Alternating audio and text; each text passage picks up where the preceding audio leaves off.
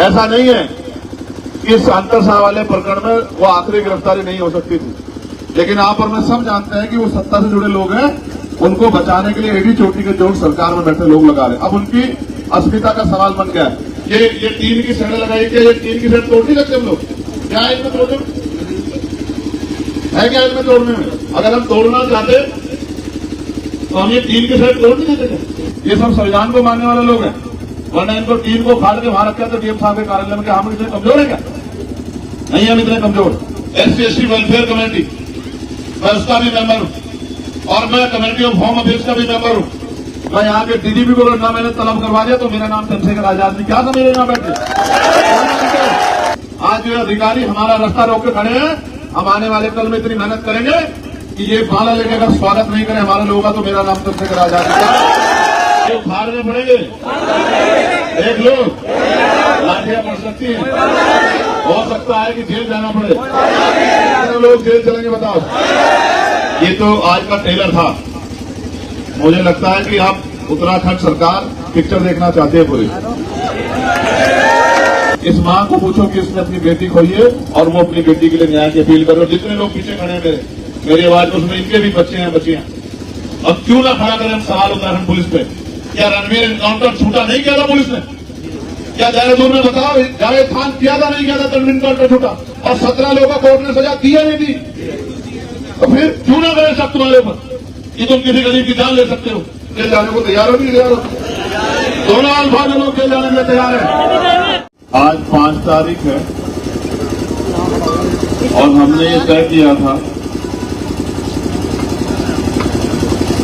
कि हम 5 तारीख में सांतर शाह वाले प्रकरण में और वसीम भाई के प्रकरण में आंदोलन करेंगे। आंदोलन कोई अपनी खुशी से तो नहीं करता है, आंदोलन आदमी मजबूरी में करता है। जो बहादुर लोग हैं बैठ जाएं, जो कमजोर लोग हैं वो खड़े रहें, जो बहादुर लोग हैं वो बैठ जाएं।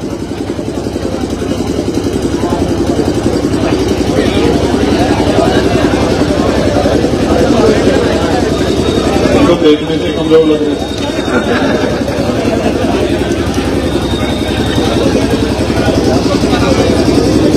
कपड़े नहीं गंदे होते प्रभार जी, किसी व्यक्ति में घूम घूम के तभी बात बनेगी। जितना पसीना बहेगा उतना प्यार बढ़ेगा। जैसे जानवर नहीं होते कि जानवर की तरफ देखो उसी को एहसास होता है कि तुझे देख रहे हैं, तुझे कह रहे हैं। इस तरह की हालात मत बनने दो। तो मैं आपसे कह रहा था कि आदमी खुशी से आंदोलन नहीं करता, सड़क पे नहीं आता, सबके पास काम है, कोई फ्री नहीं। कोई दिन में 400 रुपए कमाता होगा तो कोई 600, 800, 1000, 2000 रुपए भी कमाता होगा। और जब हजारों से ज्यादा की बड़ी संख्या में लोग निकल के आए हैं तो प्रशासन सरकार का कोई नुकसान नहीं हुआ, हमारे लोगों का नुकसान हुआ। अगर हम आर्थिक तौर पर देखें तो 200 लाख रुपए से ज्यादा का आज हमें इस आंदोलन के लिए हमें कीमत चुकानी पड़ी। जबकि जिस मांग के लिए हम आए हैं उस मांग को पूरा करने के लिए सरकार तनख्वाह देती है इन अधिकारी कर्मचारियों को और जनता वो पैसा टैक्स के रूप में सरकार को देती है। तो जैसा मैंने कहा, हम खुशी से नहीं आए, हमें गर्मी में बैठने का कोई शौक नहीं है, हम खाली लोग नहीं है, हम सब पे काम है। लेकिन हम सबको पीड़ा है कि सांतर शाह वाले प्रकरण में भी न्याय नहीं हुआ और वसीम वाले प्रकरण में भी न्याय नहीं हुआ। हमारी मांग यही है, हम नहीं कह रहे किसी को निर्दोष को जेल भेज दो, हम ये कह रहे हैं उसकी जांच इतनी ट्रांसपेरेंट कराओ, उसकी जांच इतनी पारदर्शी हो कि दोषी को सजा मिले, कोई निर्दोष ना जाए। इस बात के हम लोग बिल्कुल फेवर में, किसी दोषी कोई निर्दोष को एक फूल की छठी भी ना लगे। लेकिन कोई भी दोषी बचना नहीं चाहिए, क्योंकि अगर दोषी बच गया तो उस दोषी का हौसला बढ़ जाएगा। और जब हौसला बढ़ेगा तो वो अगली बार फिर कोई ऐसा अपराध करेगा।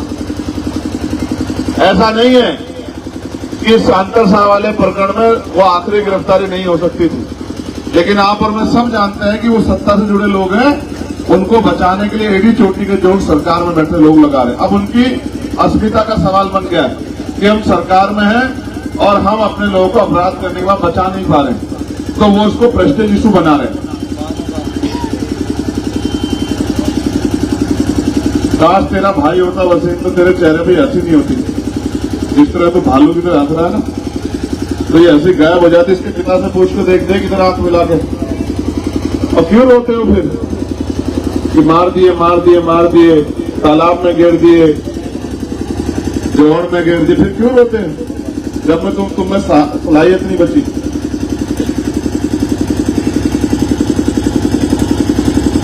मैंने तो जानवरों को देखा, मैंने तो बंदरों को देखा, एक बंदर मर जाता है तो सारे बंदर जो है उसके आसपास घुस जाते हैं। तकलीफ तो इंसानों को हो क्या गया। और मैं तो इनमें भी जो इस्लाम को मानते हैं उनको कहना चाहता हूं कि जो हजरत पैगंबर साहब ने सुन्नतें दी हैं कुरान में, उसी पे चल लो। अगर उसी पे चल लोगे तो बहुत सारी मुसीबतें तुमसे दूर हो जाएंगी। तो उसी पे नहीं चलते हो, अपने मतलब के हिसाब से चलते जितना तुम्हें चलना। अगर चलते तो इस दर्द के सामने किसी की आंखों का पानी नहीं रुकता। लेकिन तुम्हारा किरदार बताता है कि तुम किसी धर्म की नहीं, तुम तो सिर्फ अपने बारे में सोच रहे हो। कोई धर्म कोई मजहब नहीं सिखाता कि किसी दूसरे का खून बहा दो और खुश हो जाओ, कोई नहीं सिखाता। और जो आज सत्ता में बैठ के सोच रहे हैं कि हम दूसरे का खून बहा के और आरोपियों को बचा के खुश हैं, तो याद रखना ऊपर वाले की लाठी में आवाज नहीं होती। जिस दिन आपके ऊपर पड़ेगी आप कह के जाओगे किसी गरीब को सताना नहीं। क्या सोचते हो ये टीन की सड़ लगाई क्या? ये टीन की सड़ तोड़ नहीं सकते हम लोग? क्या है इनमें तोड़ने है? क्या इनमें तोड़ने में? अगर हम तोड़ना चाहते तो हम ये टीन की सड़ तोड़ नहीं देते। अगर हम इन पुलिस वालों से हमारा कोई झगड़ा है क्या? फर्क वर्दी का ही तो है। ये वर्दी पहन के अपनी ड्यूटी कर रहे हो, बिना वर्दी पहने अपनी ड्यूटी कर रहे हैं। हमें इस प्रदेश के किसी भी जाति धर्म का हो, हिंदू हो, मुसलमान हो, सिख हो, ईसाई हो, बौद्धिस्ट हो, सबकी चिंता है। हर व्यक्ति जिसके साथ जुल्म होगा, किसी धर्म की बेटी हो, हमें सबकी चिंता है। तो जिन्होंने 16-16 महीने जेल काटी हो, जिन्होंने 2 बार तिहाड़ देखी हो, कोई किसे डरेंगे? ये जो ये लगाई टीन की चादरें, ऐसे में तो हमारे पशु रहते हैं वहां। इन चादरों डरते हैं, गोलियों से तो डरते नहीं, इनसे डरते हैं। हम तो कानून को मानने वाले लोग हैं, हम उद्दंडी नहीं है। ये भीम आर्मी, आजाद समाज पार्टी या उमेश भाई के साथी, किसान उनके साथी, ये सब संविधान को मानने वाले लोग हैं। वरना इनको टीन को फाड़ के वहां रखा तो डीएम साहब के कार्यालय में क्या हम इतने कमजोर है क्या? नहीं हम इतने कमजोर। और ये तो बेचारे, मुझे नहीं पता इस जिले में कितना फोर्स है। जिलों में मुश्किल के 1500-1600 का फोर्स है, और सब नहीं है यहाँ। और आप भी जानते 10,000 से ज्यादा लोग आए थे आज हमारे साथ। हमारा मकसद किसी को सताना नहीं है। हमारा अंतिम मकसद ये है कि इन परिवारों को न्याय मिले और कुर्सी पर बैठा अधिकारी किसी नेता के प्रति जिम्मेदार ना हो, आप जनता के प्रति जिम्मेदार हो। हम पार्लियामेंट में भी हर विषय पर लड़ते हैं। और मैं आपको कहता हूं, अगर यहाँ की सरकार को लगता है कि उनमें दम है, वो कर लेंगे, तो वो उनका हिसाब तो आने वाले कल में जनता करेगी। लेकिन पार्लियामेंट में मैं चंद्रशेखर आजाद आपको विश्वास दिलाता हूं, मैं मेंबर ऑफ पार्लियामेंट के साथ साथ कमजोरों का भाई भी हूं, कमजोरों की आवाज भी हूं, मजलूमों का हमदर्द भी हूं, हर गरीब का अपना चाहे भाई बेटा माने, सहयोगी माने, वो भी हूं। और पार्लियामेंट में 2 कमेटी है हमारी, एक जिसको मिनी पार्लियामेंट कहते हैं, SC/ST वेलफेयर कमेटी, मैं उसका भी मेंबर हूं। और मैं कमेटी ऑफ होम अफेयर्स का भी मेंबर हूं। मैं यहाँ के डीजीपी को ना मैंने तलब करवा दिया तो मेरा नाम चंद्रशेखर आजाद नहीं। क्या समझ रहे यहाँ बैठ के? क्या मानते? क्या जमहूरियत में ताकत है लोकतंत्र में? आज जो अधिकारी हमारा रास्ता रोक के खड़े हैं, हम आने वाले कल में इतनी मेहनत करेंगे कि ये भाला लेके अगर स्वागत नहीं करें हमारे लोगों का, तो मेरा नाम चंद्रशेखर आजाद है। ये तो जमहूरियत है। मैं तो अपनी बताता हूं। एक हमारे यहाँ बड़े अधिकारी थे, पूरे एडी चोटी के जोड़ लगा के मैंने उमेश भाई को बताया, जब मेरे पार्लियामेंट का चुनाव हुआ कोई नहीं जाता था, ईवीएम जहां रखी थी हमारे लोग सुरक्षा कर रहे थे, वो जाके डिस्टर्ब करते थे। अभी मुझे मिले तो ऐसे सीना तान के ऐसे जय सर, तो मैंने कहा देखो 6 महीने में कितना समय बदल गया है।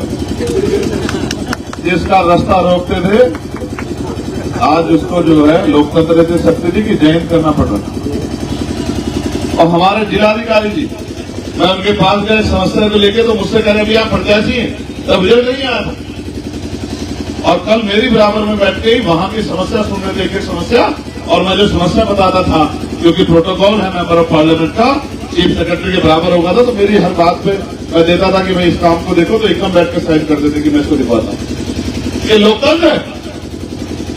आप तो अपनी ताकत भूले बैठे, हमेशा पिटते हो, जितने दिन पिटते हो उतने दिन याद रहते हो, उसके बाद भूल जाते हो, फिर किसी की बातों में आके किसी के पिछलक्कू बन जाते हो, फिर इधर खड़े हो जाते हो इसको हराने, उसको जिताने, इसकी बात करने, उसकी बात करने। कभी ये सोचते ही नहीं कि आपके लिए कोई हमदर्द है क्या। मैं आपको विश्वास से कहता हूं, ये तो उमेश अकेले पड़ गए यहाँ। अगर 4-5 मेंबर ऑफ लेजिस्लेटिव असेंबली होते, हमारे 5-6 एमएलए हमारे यहाँ होते, तो हम इन अधिकारियों को कुर्सी पर नहीं बैठने देते जब तक दोनों मामलों में हमारे मन चाहे कार्यवाही नहीं हो जाती। ये तो हम लोग कमजोर हैं कि एक आदमी यहाँ है और ये बेचारे कोशिश तो करते हैं। मैं तो पार्लियामेंट में, आपने सुना नहीं सुना, कोई बोलता है मुझसे ज्यादा पार्लियामेंट में? कोई आवाज उठाता है पार्लियामेंट में? कोई ऐसा है जिसकी आवाज नहीं उठाता? सबके लिए लड़ता हूं, क्योंकि मैं मानता हूं कि बहुत उम्मीद लगा के बैठे हैं लोग और इतने ठगे का उम्मीद करते हैं कोई ईमानदार आदमी आके इनकी लड़ाई लड़े।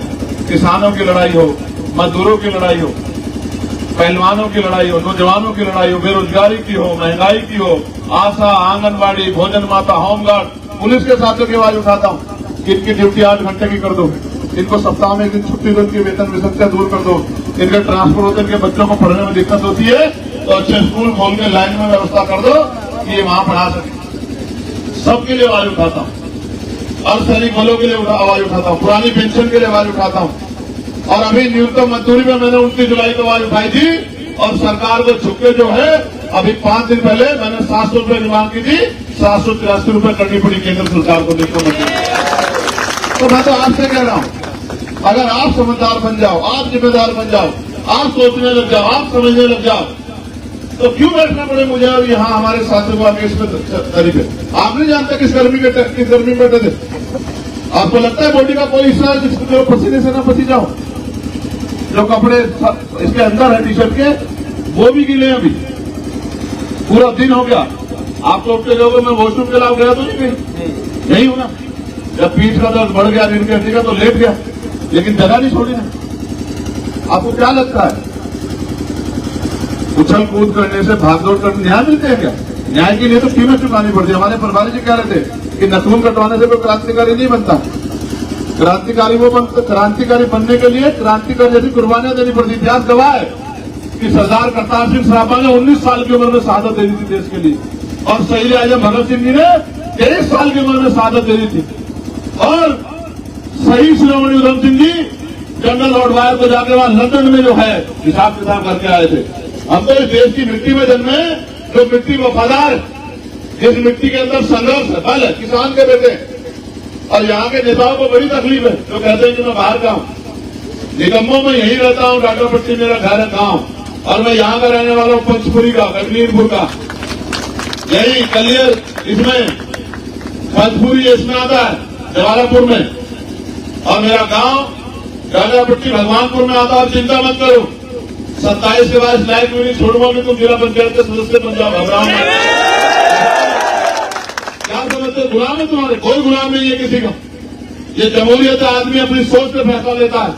और फिर कह रहा हूं, इनका जिनका साथ देते उनका साथ छोड़ के, जिस दिन आपने मेरा हाथ पकड़ लिया, आप मेरी बात को याद रखना, अगर किसी ने आपके ऊपर लाठी चला दी, अभी ये साहिल कह रहा था यहाँ बैठ के, अभी हमारा दूसरा छोटा भाई हमारा नेता वहां का, वो कह रहा था किरतपुर वाला, और मेरे भाई जावेद खड़े हैं, हिजाब साहब खड़े, सब जानते हैं कि हमने कल भी अधिकारियों से कहा कि देखो भाई, किसी गरीब पे लाठी मत चला देना, इस बात को याद रखना, वरना आमना सामना होगा, उसकी जिम्मेदारी आपकी होगी। ये मत समझना चंद्रशेखर आजाद खड़ा है, 5 लाख 12,000 एक आदमी खड़ा है, क्योंकि 5,12,000 लोगों ने तो मुझे वोट देके भेजा कि साहब आप जाओ मेंबर ऑफ पार्लियामेंट बनकर। और ये तो मौका नहीं मिला हरिद्वार वालों को देने का, और तुम लोग चूक गए थोड़े से हरिद्वार वालों। तुम अगर मेरी बात में पक्का पहरा दे लेते तो आज यहाँ उमेश विधायक नहीं बैठे, मेंबर ऑफ पार्लियामेंट बैठे होते, फिर मैं बताता इन लोग। ठीक है, ये तो समय समय की बात है, ये समय की बात है। अभी तो बहुत कुछ है, देश भर में आंदोलन चल रहे हैं, संघर्ष चल रहे हैं। मैं तो आपसे पूछना चाहता हूं, अगर आज ये हमारी मांग नहीं मानते तो क्या आप संघर्ष के लिए तैयार हो? पक्का तैयार हो? ये उखाड़ने पड़ेंगे, देख लो, लाठियां पड़ सकती हैं, हो सकता है कि जेल जाना पड़े। कितने लोग जेल चलेंगे बताओ? अभी तो मुस्सा में हाथ उठा रहे हो, जेल के नाम से हिसाब खराब हो जाता है। अभी फिर दोबारा पूछ रहा हूं, ईमानदार से बताओ कितने लोग हिम्मत दिखाएंगे जेल चलने की? देखो मेरी बात सुनो, आप मानते हो नहीं मानते कि अभी मैंने इस आंदोलन के लिए अपने आप से आगे अपील नहीं की थी ना? नहीं की थी ना अभी तक अपील? अभी तक तो मैं भाई उमेश के और हमारे नेता मैक्सिम जी के और अमरीश कपिल जी के और हमारी टीम के भरोसे तो था भी। अभी तक मैंने अपील तो नहीं करी। सोचो अगर मैं अपील करूं तो क्या होगा? बताओ, सोचो क्या होगा? ये जिला एक तरफ से नहीं बंद होगा, जितने इसमें रास्ते हैं उतनी तरफ से बंद होगा।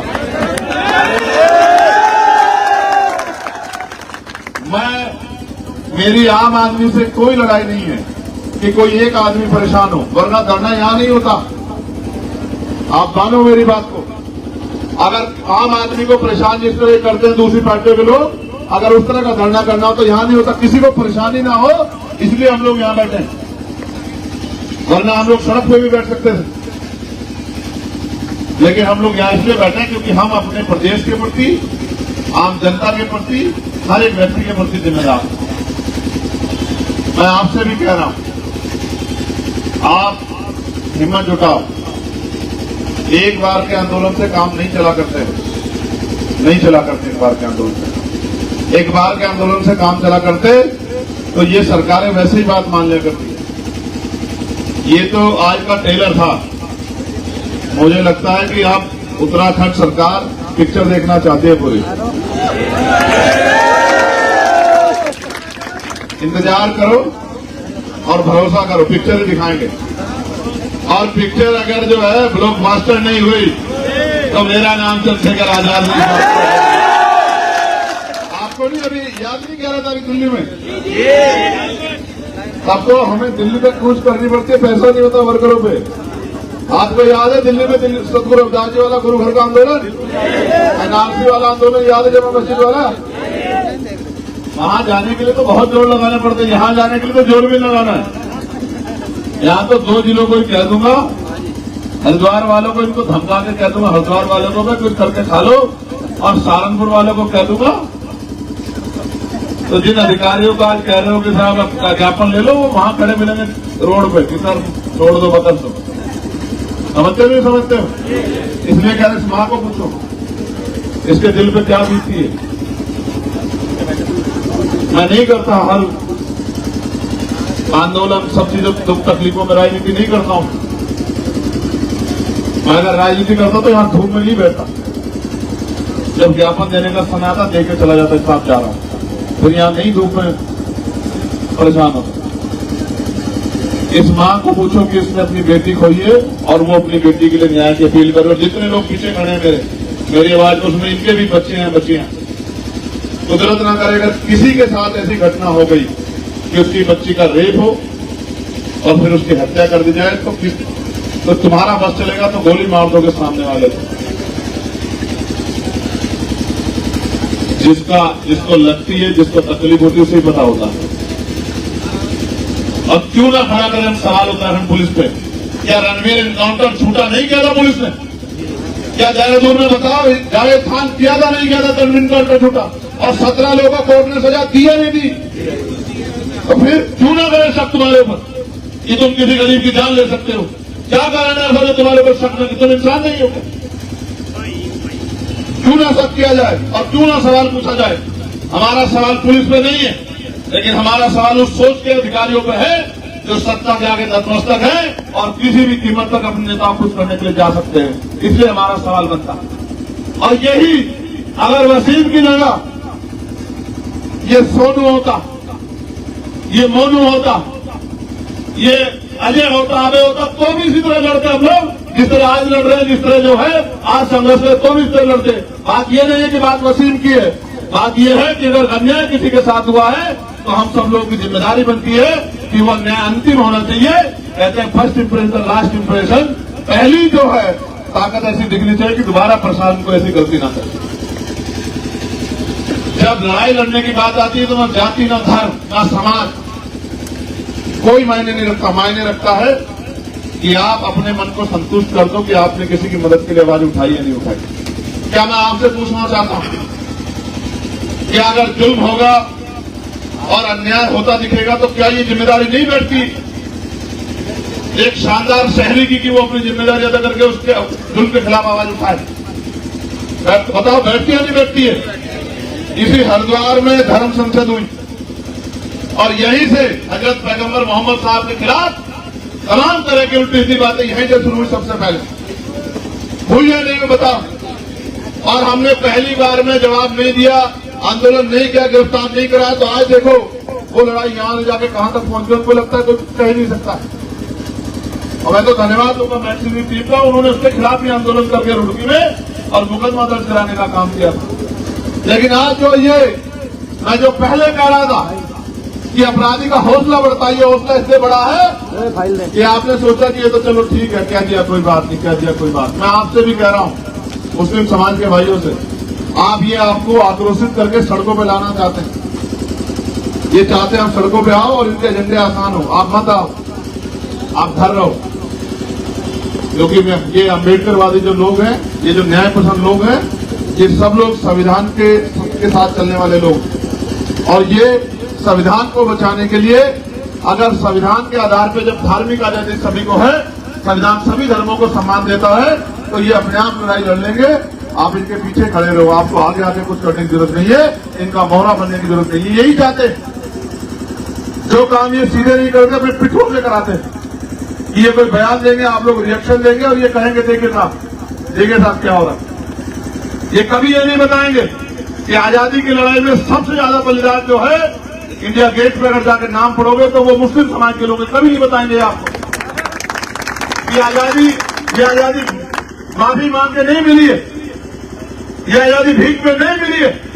इस आजादी के लिए कुर्बानियां देनी पड़ी है, मिटना पड़ा है, बर्बाद होना पड़ा है, अपनों के खून को अपने सामने उबलते हुए देखना पड़ा है, निकलते हुए देखना पड़ा है, अपने लोगों को फांसी में चढ़ते देखना पड़ा, तब जाकर आजादी मिली है। इनको तो लगता है जो लोग आप सत्ता बैठे हैं कि सिर्फ नारा लगाने से, माफी मांगने से, लेटर लिखने से आजादी आ गई।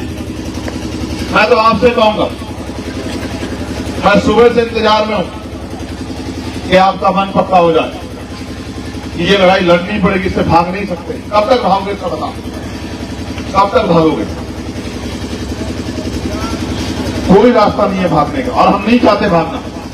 हम इस लड़ाई को लड़ना चाहते हैं। हमारी कोई लड़ाई नहीं अधिकारियों से, हम तो ये चाहते हैं कि वो न्याय संगत काम करे, क्योंकि संविधान इस बात की इजाजत देता है।